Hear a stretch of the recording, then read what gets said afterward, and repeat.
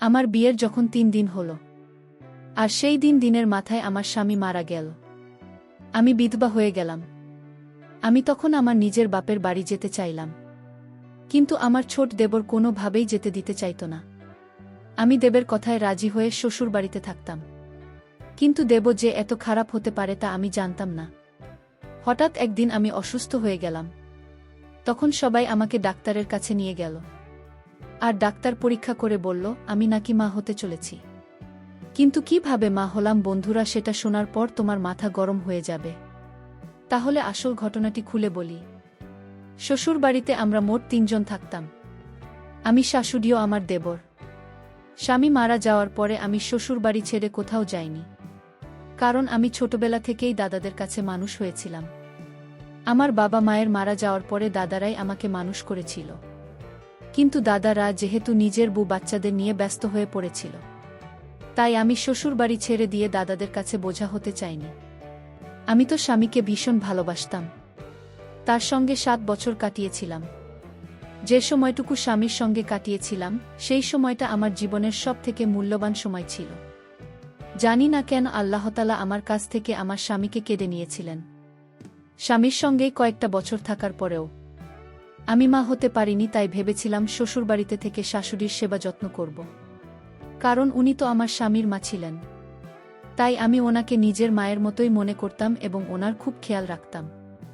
শাশুড়ির সমস্ত কিছু দায়িত্ব আমি পালন করতাম, যেমন ওনাকে সঠিক সময়ে ওষুধ খাওয়ানো, সময় মতো খাবার দাবার খাওয়ানো, ওনার জামাকাপড় পরিষ্কার পরিচ্ছন্ন করা এবং ডাক্তারের কাছে নিয়ে যাওয়া, এই সব কিছু আমি করতাম। তাই উনি আমাকে মেয়ের মতো করে ভালোবাসতেন। আমার মনে এই বিশ্বাস ছিল যে শাশুড়ি কোনোদিন আমাকে এই বাড়ি ছেড়ে চলে যেতে বলবেন না। স্বামী ছাড়া তো আমার এই বাড়িতে আর কোনো অস্তিত্বই ছিল না, কিন্তু তা ও শাশুড়ি কোনোদিনই বাড়ি থেকে আমাকে বের করবে না। কিন্তু আমার মনে হয় এটা ভুল ধারণা ছিল, কারণ উনি তো আমার পেছনে এটাই বলতেন যে এই মেয়েটা তো আমার ছেলেকে আগেই খেয়ে নিয়েছে, আর এখন আমার মাথায় এসে জুটেছে।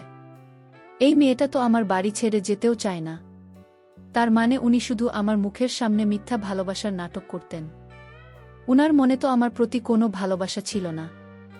এদিকে প্রত্যেকদিন রাতে আমার দেবর যখন বাইরের কাজকর্ম সেরে বাড়ি ফিরে আসত, তখন আমি ওদের সারা রাত গল্প করতাম।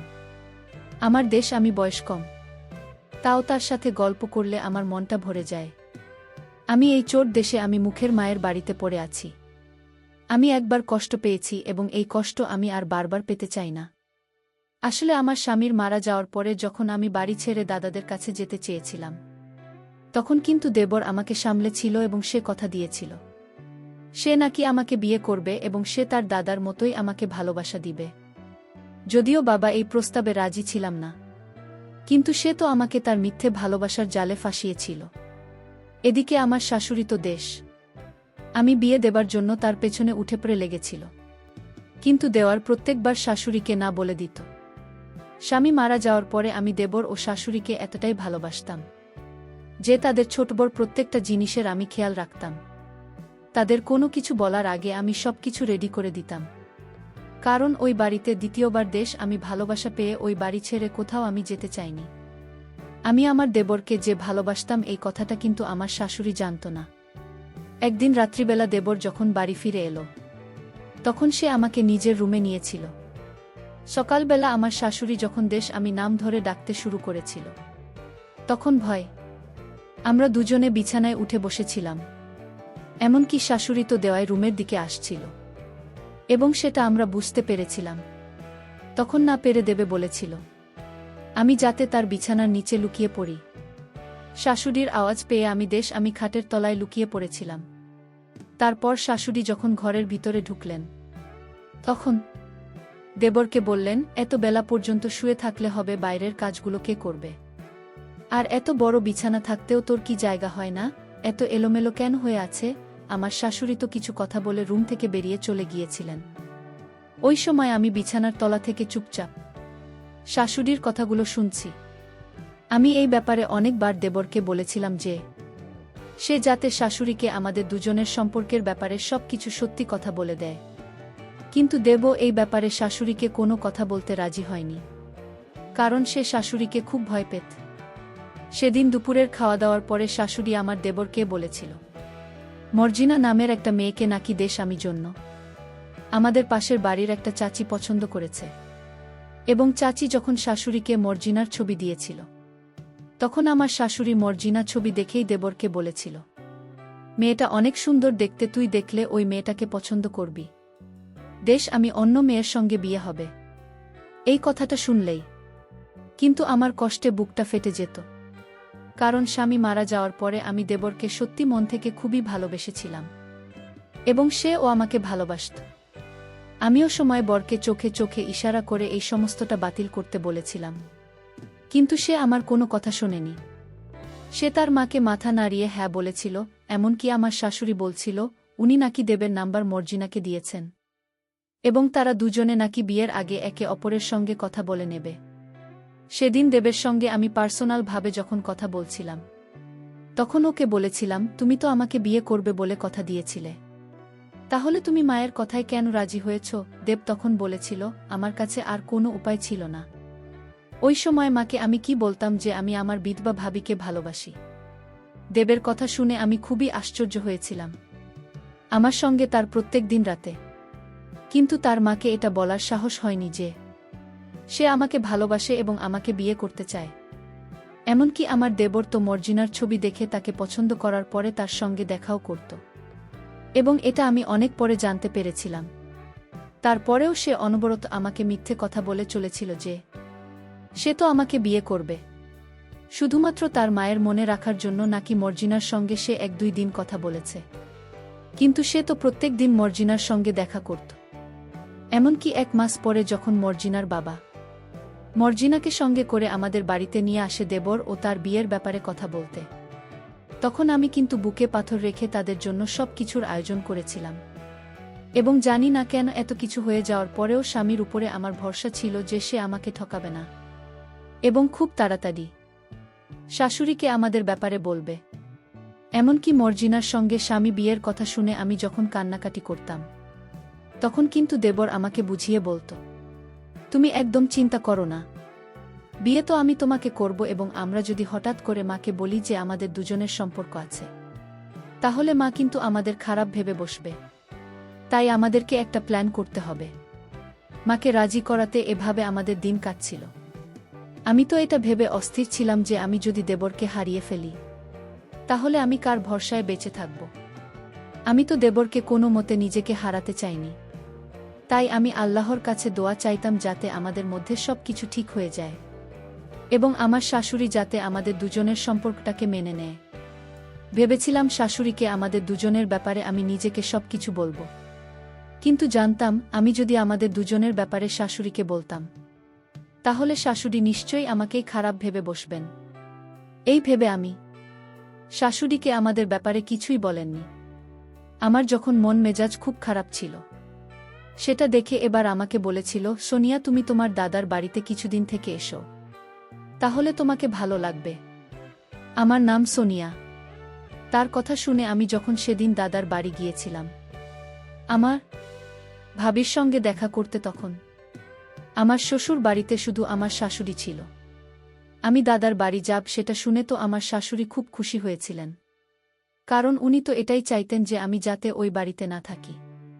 সেদিন সকালবেলা আমি দাদার বাড়ি যাওয়ার জন্য রওনা দিয়েছিলাম এবং তারও চেয়েছিল আমার বিয়ে যাতে দেবের সঙ্গে হয়ে যায়। ভাবি আমাকে বলেছিল, তুমি এই ব্যাপারটা বেশিদিন চাপা দিয়ে রেখো না, তোমার শাশুড়িকে সব কিছু বলে দাও। সেদিন দাদা অভাবীদের সঙ্গে সময় কাটাতে আমার খুবই ভাল লেগেছিল।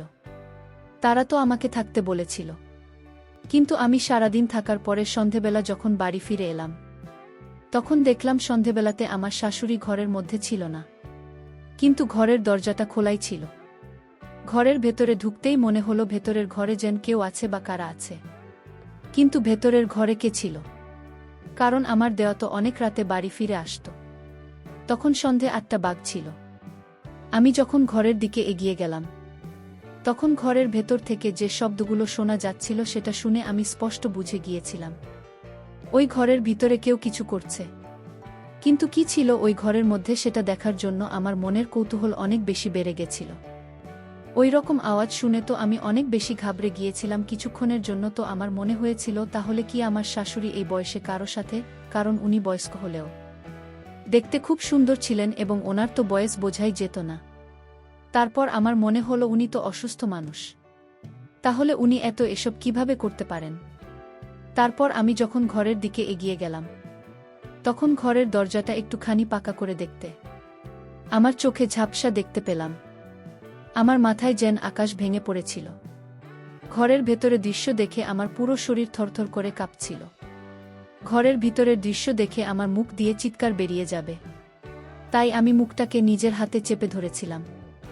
কারণ আমার দেবর মর্জিনার খুব ঘনিষ্ঠ ছিল। এতটাই মত্ত ছিল যে তারা জানতে পারেনি যে আমি দরজার সামনে দাঁড়িয়ে আছি এবং আমি তাদের সবকিছু দেখে ফেলেছি।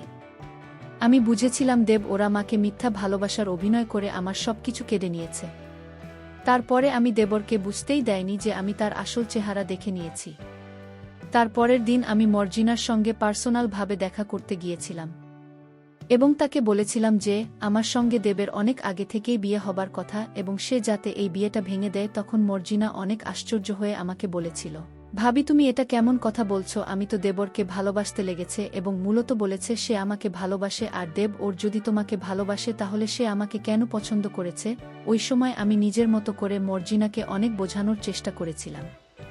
আমি জানতাম এসব কথা শুনে তাকে অনেক আঘাত লাগবে, কিন্তু বিয়ের আগে আমার দেবর ব্যাপারে সত্যি কথা জানান মর্জিনার খুব জরুরি ছিল। কারণ সেদিন আমি বুঝে গিয়েছিলাম যে আমার দেবর একজন বেইমান লোক। শুধু আমাকে নয়, সে তো মর্জিনাকেও ঠকাচ্ছিল। আমারও তার নিজের ব্যাপারে সত্য কথা না বলে। তারপর আমার মুখ থেকে দেব বরেরও আমার ব্যাপারে সবকিছু শুনে মর্জিনা কাঁদতে কাঁদতে সেখান থেকে বাড়ি চলে গিয়েছিল। সেদিন সন্ধেবেলায় মর্জিনার বাবা ও মর্জিনা আমাদের বাড়িতে এসে শাশুড়িকে বলেছিল, আমি আপনার ছেলের সঙ্গে আমার মেয়ের বিয়ে দেব না, কারণ আমি জানতাম না যে আপনার বর বোমা একজন চরিত্রহীন মহিলা। আপনার বাড়ির বোমা আপনার ছেলের সঙ্গে মুখ কালো করেছে, এ ব্যাপারে আপনি জানেন না। আমার শাশুড়ি তখন অনেক বেশি আশ্চর্য হয়ে মর্জিনার বাবাকে বলেছিল, আপনি এটা কি ধরনের কথা বলছেন? আমার বর বৌমা খুব ভালো, আপনি এভাবে তার উপরে এত বড় নোংরা আলো লাগাতে পারেন না। তখন মর্জিনার বাবা আমার শাশুড়িকে বলেছিল, যদি আমার কথায় বিশ্বাস না হয় তাহলে জিজ্ঞেস করেন আপনার ছেলে ও বৌমাকে যে তারা আপনার আড়ালে কি করেছে, আপনার ছোট ছেলের সাথে প্রতিদিন রাতে। তারপর একদিন আমি অসুস্থ হয়ে পড়ি। তারপর আমাকে হাসপাতালে নেওয়া হয়, আর ডাক্তাররা বলল আপনার বোমা তোমা হতে চলেছে। মর্জিনার কানে এই সংবাদ গেল। মর্জিনা তাকে ঘৃণা করতে শুরু করল। আপনার চরিত্রহীন বোমান। সেদিন আমি থাকতে না পেরে শাশুড়িকে সবকিছু সত্যি কথা বলেছিলাম, যে বেশ কয়েক বছর থেকেই দেবের সঙ্গে তার অন্যরকম সম্পর্ক রয়েছে। কারণ দেবর আমাকে কথা দিয়েছিল যে সে আমাকে বিয়ে করবে। ওই সময় ওর যা বলেছিল সেটা শুনে তো আমার মাথায় যেন আকাশ ভেঙে পড়েছিল। আমি তো স্বপ্নেও ভাবতে পারিনি যে একটা মানুষ এতটা বেইমান হতে পারে। দেব তখন তার মাকে বলেছিল, মা ভাবি একদম মিথ্যে কথা বলছে, ভাবি প্রত্যেক দিন রাতে আমার ঘরে আসত, কিন্তু আমি ভাবিকে বাধা দিয়ে রেখেছি। আমি আমাকে প্রত্যেক দিন অনুরোধ করে যাতে আমি তাকে তাড়াতাড়ি বিয়ে করি। ভাবি আমাকে বদনাম করার চেষ্টা করছে। আমি যদি ভাবি কি ভালোবাসতাম তাহলে মর্জিনাকে কেন পছন্দ করতাম? এভাবে জোরজবরদস্তি আমাকে বিয়ে করতে চাইছে, কিন্তু আমি তাকে কোনোদিন সেরকম নজরে দেখিনি। তাই সে এখন মর্জিনার সঙ্গে আমার সম্পর্কটাকে নষ্ট করার জন্য মর্জিনাকে আমার নিজের ব্যাপারে মিথ্যে কথা বলছে। মিথ্যে কথা শুনে আমার মুখ দিয়ে একটা কথা বের হয়নি, কারণ ওই সময় আমি এত বেশি আশ্চর্য হয়েছিলাম যে আমার তখন কথা বলারও ক্ষমতা ছিল না। তারপর শাশুড়ি আমার কাছে এগিয়ে এসে আমার গালে চড় মেরেছিল এবং আমাকে অনেক জোরে একটা ধাক্কা মেরে মেঝেতে ফেলে দিয়েছিল। ও বলেছিল, আমি তো ভাবতেই পারিনি যে তুই আমার ছেলেকে এভাবে বদনাম করবেন। ওই সময় আমার চোখ দিয়ে জল ঝরে যাচ্ছিল। অনেক চেষ্টা করেছিলাম নিজেকে সঠিক প্রমাণিত করার, কিন্তু শাশুড়ি আমার কোনো কথাতেই বিশ্বাস করেনি। তারপর আমার শাশুড়ি যখন মর্জিনার ও তার বাবাকে হাত জোট করে বলেছিল যাতে তারা এই বিয়েটা না ভাঙে, তখন দেবর মর্জিনার হাতে পায়ে ধরে বলেছিল, মর্জিনা আমি তোমাকে অনেক ভালোবাসি, আমি তোমাকে হারাতে চাই না, তুমি আমাকে একটা সুযোগ দাও, আমি তোমাকে অনেক খুশি রাখব। তখন মর্জিনার বাবা মর্জিনাকে বলেছিল, সব কিছু জানার পরেও এর দায়িত্বটা আমি তোকে দিলাম। বন্ধুরা, আজকের গল্পটা এখানেই শেষ করলাম। ভালো লাগলে চ্যানেলটি সাবস্ক্রাইব করে পাশে থাকবেন। ধন্যবাদ।